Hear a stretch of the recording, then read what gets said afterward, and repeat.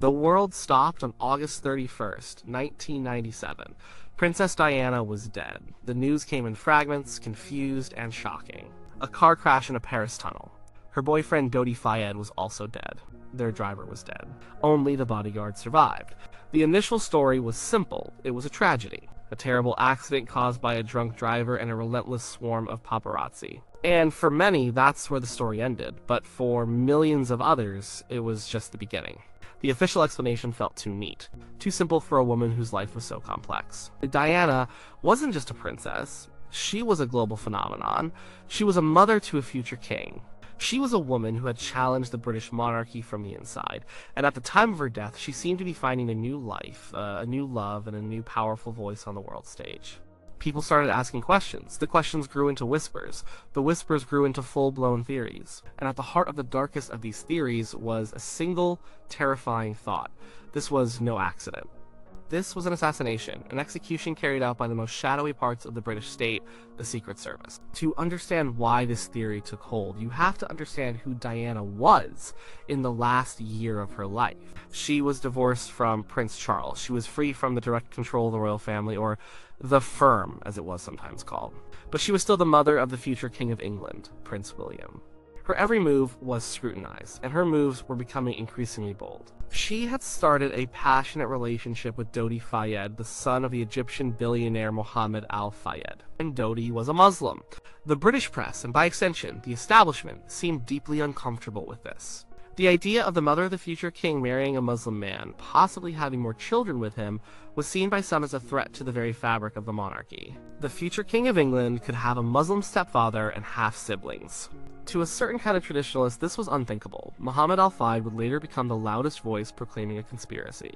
He was convinced, absolutely certain, that the royal family could not and would not accept this relationship. He claimed Diana and Dodi were going to announce their engagement. He even claimed Diana was pregnant with Dodi's child. A pregnancy would have provided the ultimate motive. A Fayed baby would have been a half-sibling to the future king. In the eyes of the establishment, this would have been a disaster. Then there was Diana's political work. She wasn't content to just cut ribbons and smile. She had taken on the global campaign against landmines. This wasn't a safe, fluffy charity. It was a direct challenge to the international arms trade, a multi-billion-dollar industry with powerful players and government connections. She was pictured walking through minefields in Angola, comforting child amputees. She was becoming a political force in her own right, one that the government couldn't control. She was a loose cannon, but a beloved one with a global platform. Powerful people, it was argued, had a reason to want her silence. Diana herself felt she was in danger. She had spoken to friends about her fears.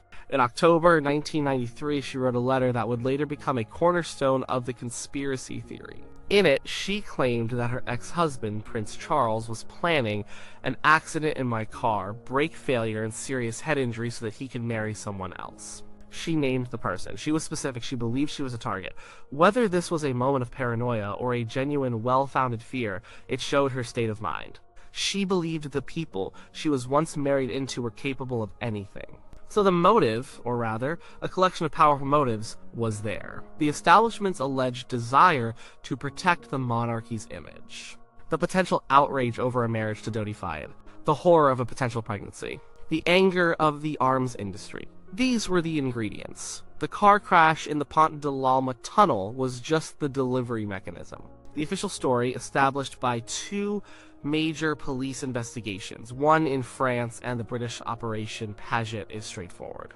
On the night of August 30th, Diana and Dodi had dinner at the Ritz Hotel in Paris, which was owned by Dodi's father. To avoid the pack of paparazzi waiting at the main entrance, they decided to leave from the rear of the hotel just after midnight. They got into a Mercedes S280. The driver was Henri Paul, the hotel's acting head of security. The bodyguard, Trevor Rees-Jones, was in the front passenger seat. Henri Paul drove at high speed, trying to outrun the photographers on motorcycles who had been tipped off to their departure. He entered the Pont de l'Alma underpass. He lost control of the car. The Mercedes slammed into the 13th pillar of the tunnel. The impact was catastrophic. Dodi Fayed and Henri Paul were killed instantly. Diana was critically injured but alive. Trevor Rees-Jones was severely injured but would survive. The French investigation concluded in 1999. It found that Henri Paul was drunk. His blood alcohol level was more than 3 times the legal limit in France. He was also taking prescription drugs, including an antidepressant, which could have worsened the effects of the alcohol. He was driving too fast at an estimated 60 to 70 miles per hour in a 30 behind-aid zone. The crash was ruled an accident caused by a drunk driver losing control, but the conspiracy theories challenge every single part of that story. And they often point the finger directly at the Secret Service, specifically MI6, the UK's foreign intelligence agency. Let's start with the driver, Henri Paul. The official story paints him as a drunk employee who made a terrible decision. The conspiracy theory says he was not just the hotel's security chief, he was an asset, an informant, working for an intelligence agency. Some say it was MI6, others say it was the French GEC, or maybe both. The evidence for this, time money. After his death, a large amount of cash was found on his person, and investigators discovered that his personal bank accounts had received significant unexplained deposits in the months before the crash. Where did this money come from? The official explanation was that it was just part of his normal income and savings, perhaps from security work on the side. But to conspiracy theorists, it was payment. Payment for his role in the plot. Was he a willing participant, a traitor who led Diana to her death? Or was he a pawn, a man who thought he was just supposed to be providing information, not participating in a murder? Either way, his alleged connection to the Secret Services places him at the center of the plot. And what about his drunkenness? The theory claims the blood samples were switched. It wasn't Henri Paul's blood that was tested. Proponents of this idea point to high levels of carbon monoxide found in some of the blood samples. They argue this proves the blood came from a suicide victim, not a car crash victim. The official investigation, Operation Paget, looked into this exhaustively. They used DNA testing to confirm that the blood samples did, in fact, belong to Henri Paul. They concluded that the carbon monoxide levels, while elevated, could have come from his heavy smoking and the environment of the crash. But for believers in the conspiracy, the doubt remains. The official story needed a drunk driver, and they believe the evidence was manipulated to create one. Then there is the mysterious white Fiat Uno. This is one of the most compelling and persistent elements of the entire case. The black Mercedes had glancing contact with another car just before it hit the pillar. Traces of white paint were found on the wreckage. Broken tail white fragments at the scene were identified as coming from a Fiat Uno. The French police launched a massive search for this car and its driver, but they never officially found it. Who was driving the Fiat Uno? And what was it doing there? Was it just a random car in the wrong place at the wrong time, whose driver panicked and fled the scene? Or was it something more? The conspiracy theory posits that the Fiat Uno was part of the plan. It was used to block the Mercedes' path, to force it to swerve to initiate the crash. The driver wasn't a scared civilian, it was an agent. A name that often comes up in connection with the Fiat Uno is James Anderson. He was a French press photographer, a paparazzo. He owned a white Fiat Uno, and he was known for his aggressive pursuit of celebrities. He was in Paris that night. Could he have been the driver? Anderson denied it, and his car was examined and ruled out by French police. But the story gets darker. Anderson was found dead in a burned-out car in a remote forest in May 2000. The death was officially ruled a suicide, but the circumstances were bizarre. His body was found in the driver's seat, but the car keys were in his pocket. It was a strange way to commit suicide. Mohammed Al-Fayed was convinced Anderson was the driver of the Fiat and was silenced by the Secret Services because he knew too much. Operation Paget investigated Anderson thoroughly. They concluded he had a solid alibi for the time of the crash. He was at home hours away from Paris. His wife and son confirmed it. But the convenient death of a man who owned the right car at the right time is a detail that fuels the fire of suspicion. Perhaps the most cinematic and dramatic claim involves a bright flash of light. Several eyewitnesses who were driving in the opposite direction through the tunnel reported seeing a powerful, blinding flash just before they heard the sound of the crash. What was it? A camera flash from a paparazzo on a motorcycle, or was it something more sinister? The theory is that the flash was a weapon, a high-powered strobe light, a kind of stun device, used by an operative to blind Henri Paul at the critical moment, causing him to lose control. This is a tactic that, according to some, is straight out of the intelligence agency playbook.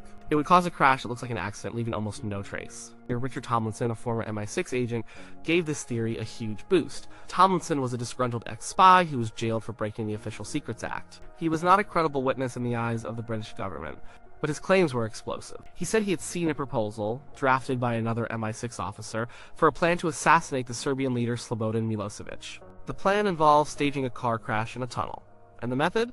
Using a powerful strobe light to blind the driver. The parallels were chilling. Here was a former MI6 officer describing the exact method that eyewitnesses claimed to have seen in the Alma tunnel. Operation Paget took Tomlinson's claims very seriously. They investigated the file he mentioned. They found the MI6 officer who wrote it.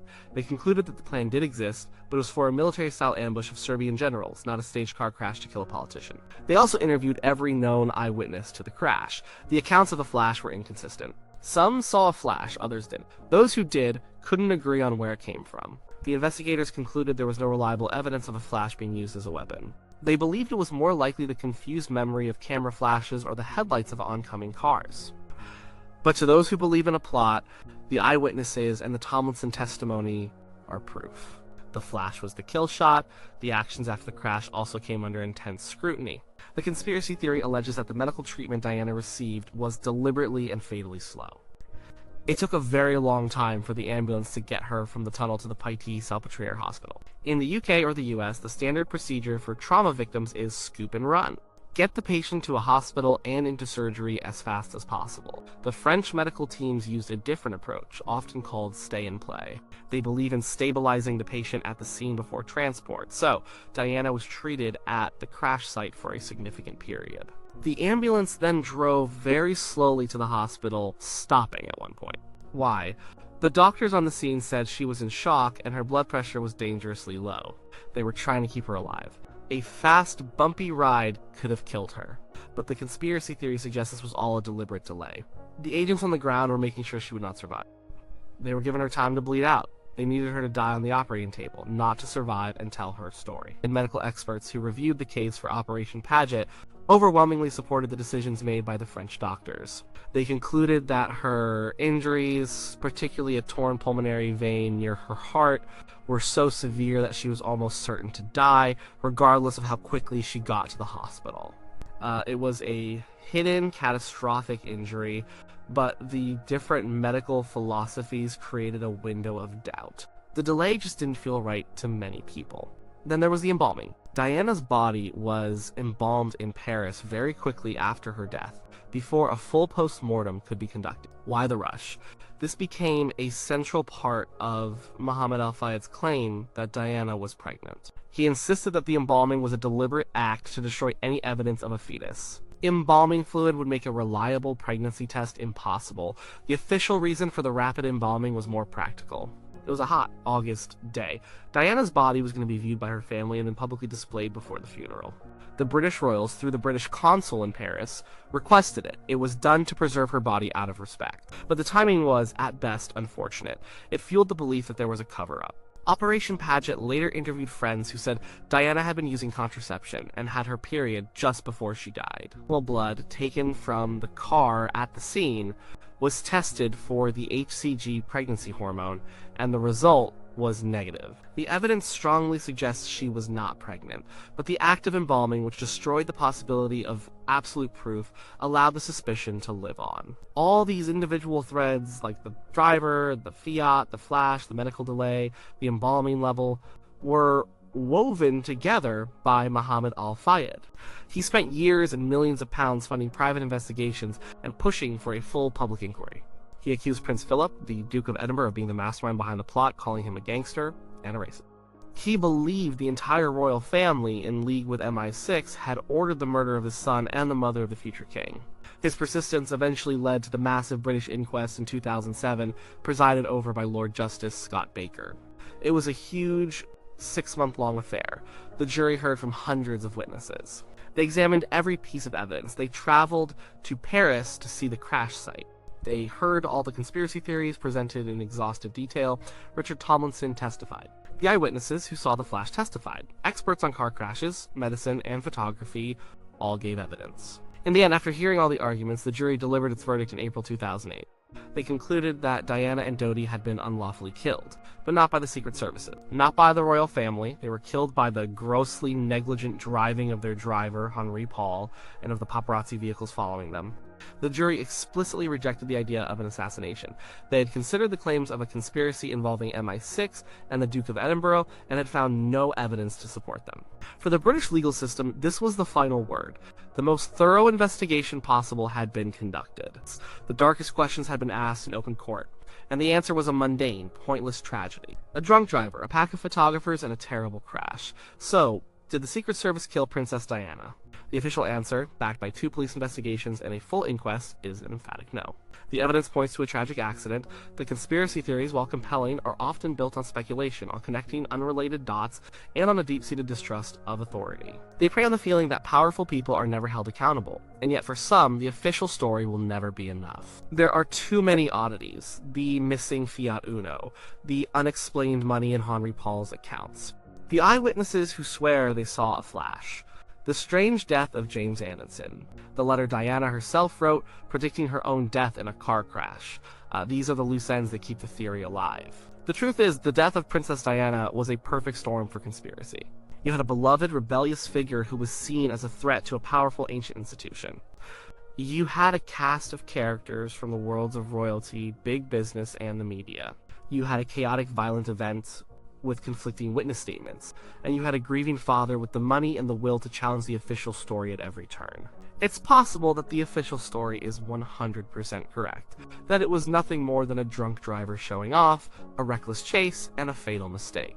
But it's also true that Diana lived in a world of intrigue. She was surrounded by people who watched her, followed her, and perhaps even spied on her. Her fears about her safety were not necessarily irrational. She was one of the most famous women in the world, breaking away from one of the most powerful families in the world. Maybe the real answer lies somewhere in the murky space between a simple accident and a grand conspiracy. Perhaps there was no official order from the top, no signed document from a prince or a spy master.